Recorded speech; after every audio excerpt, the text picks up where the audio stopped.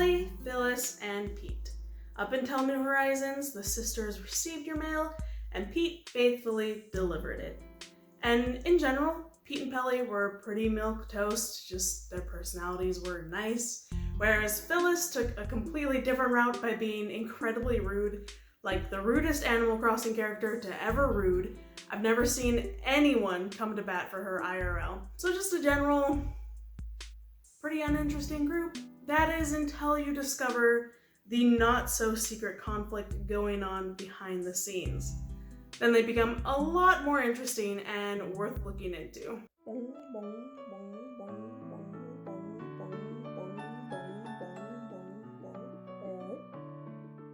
Before I go any further, I have a warning for veterans of the series. You probably know exactly what I'm talking about today, but you probably don't know how deep it goes. I know I didn't until recently. Now, most of us have picked a team or at least found some sort of theory that helps us cope with this whole situation. I'm gonna tell you today that this video will be ripping those comforts apart. So, if you are blissful in your ignorance, I recommend you click away now. I have plenty of other lovely videos you can watch. But if you must know the truth, then continue watching and feel the pain as you learn who these pelicans truly are. Alright, let's go ahead and start with the basics, which I'm assuming most veterans already know. As the Gossip Stone so eloquently puts it, Pelly likes Pete, Pete likes Phyllis, and Phyllis likes no one.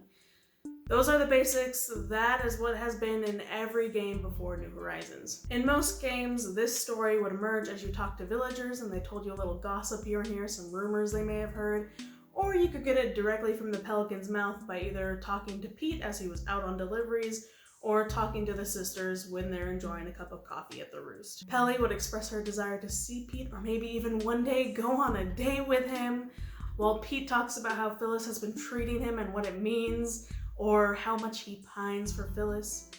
Meanwhile, Phyllis talks about how much she really wishes she never sees Pete again. Anyway, that's basically the whole story. That is, unless you've played Wild World and you've managed to see all of the sisters' memories, which I talk more about in the video above if you want to go into full detail of what memories were. Through these memories, you learn way more about the love triangle than you ever bargained for. So let's go ahead and begin diving into these memories. First one up, we see Pelly's crush developing in real time. She starts talking about Pete and wondering if Pete likes her back and wondering what's on Pete's mind. Meanwhile, Phyllis is driven crazy by her sister falling for this guy, which she calls stupid. But in the end, she decides she has given Pelly her warning many times, and if Pelly chooses to continue to crush on him, well, Phyllis just hopes in the end it makes her happy. Not a ton is revealed in this memory, but you do discover that Pelly is much like a high school girl, and any sort of good morning from her crush sends her spiraling into wondering if maybe he likes her back, but any sort of no good morning, just a hi, leaves her wondering if maybe he doesn't like her anymore, and she just goes back and forth.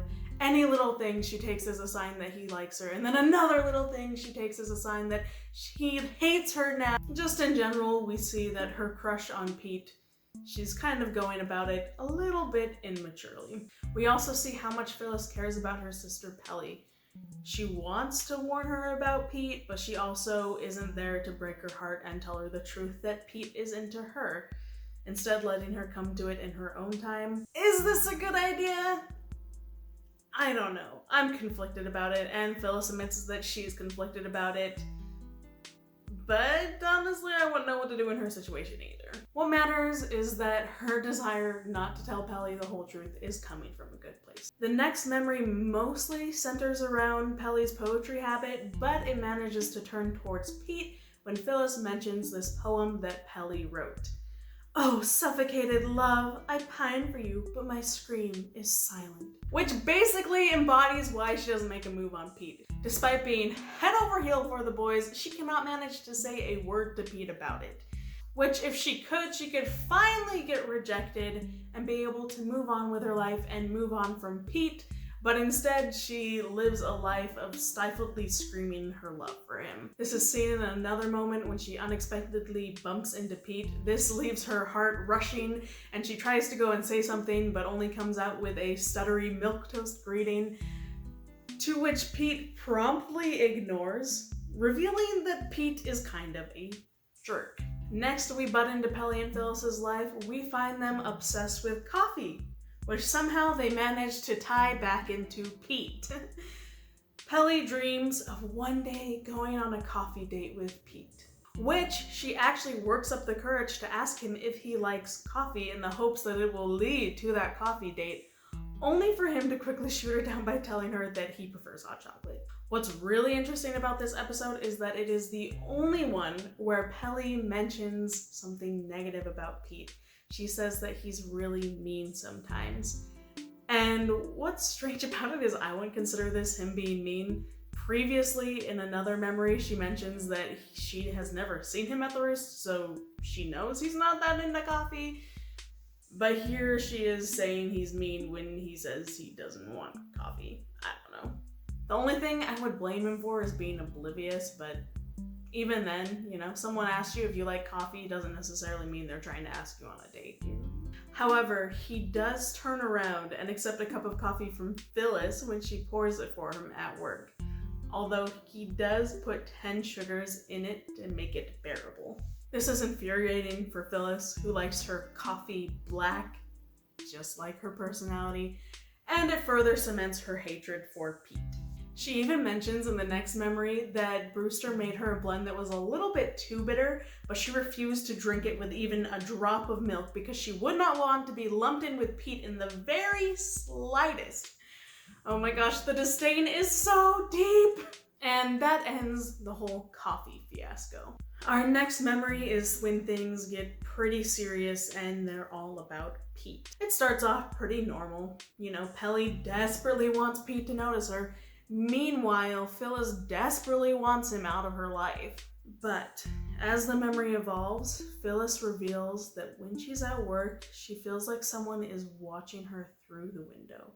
And she thinks that someone is you-know-who.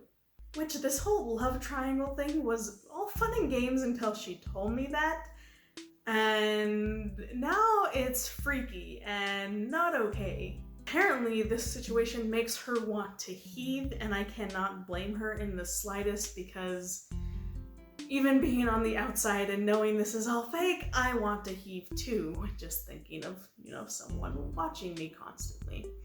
This completely changes how I see Pete. Before, he was just like a goofy simpleton, and maybe he was a little bit of a jerk to Pelly, but now he is a full-on creep.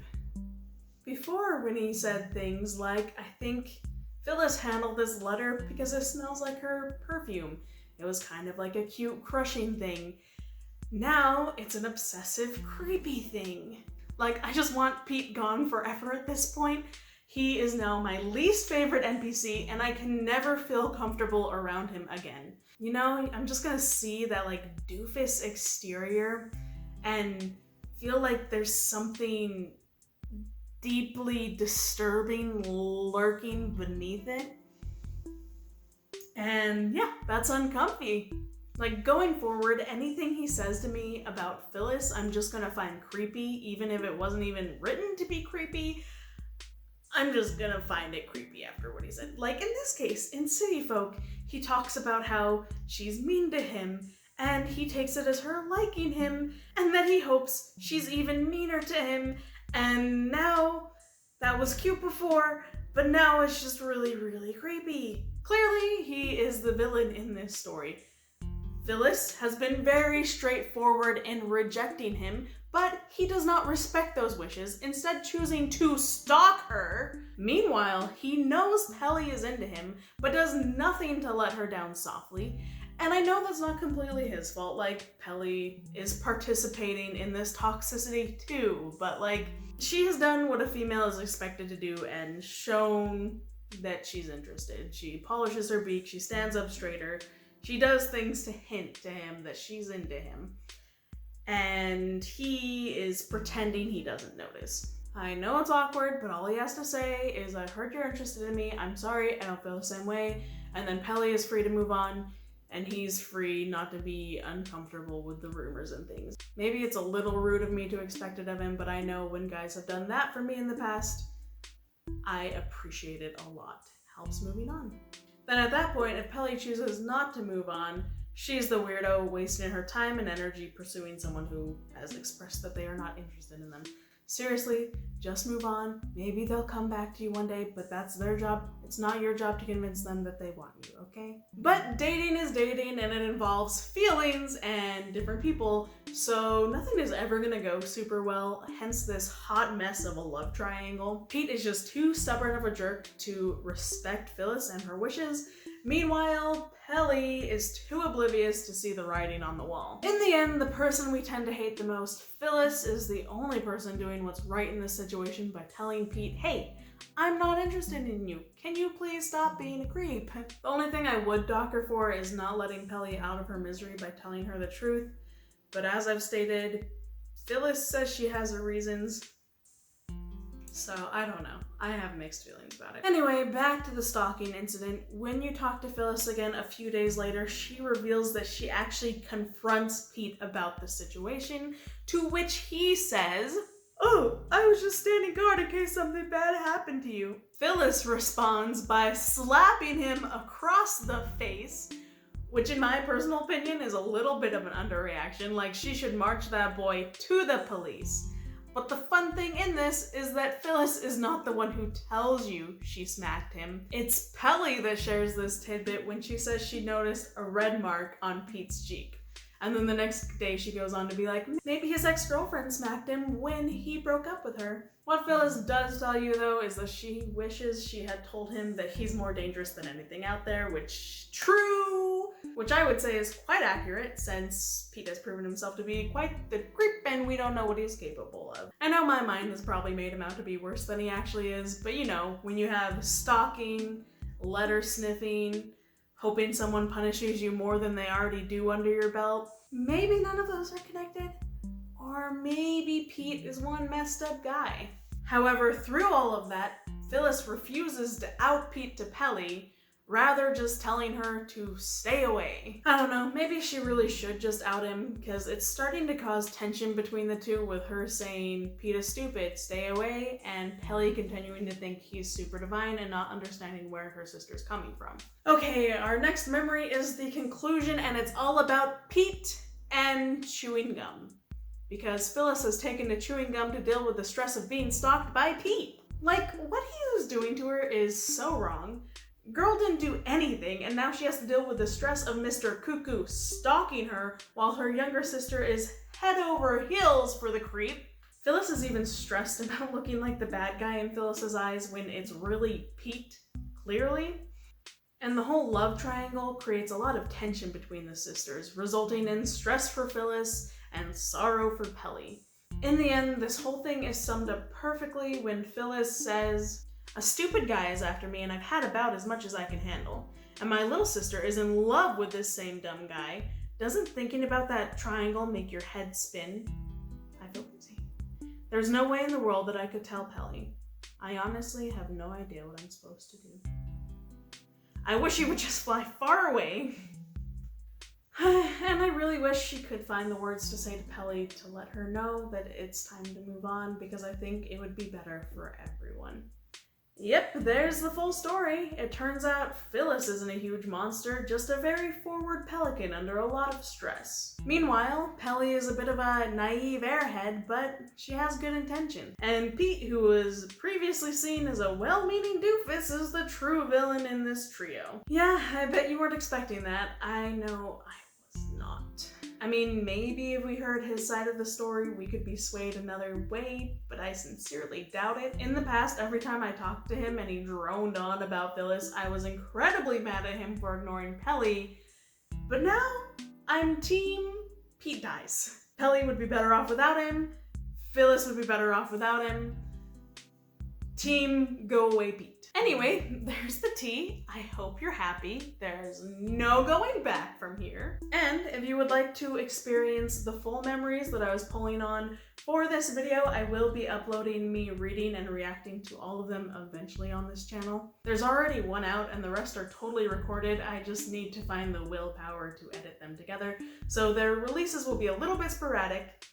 Therefore, I recommend you subscribe so you don't miss them. Also, I release Animal Crossing content once a week, if not more, so maybe just subscribe for that in general if you like Animal Crossing. And thank you so much for watching. Bye!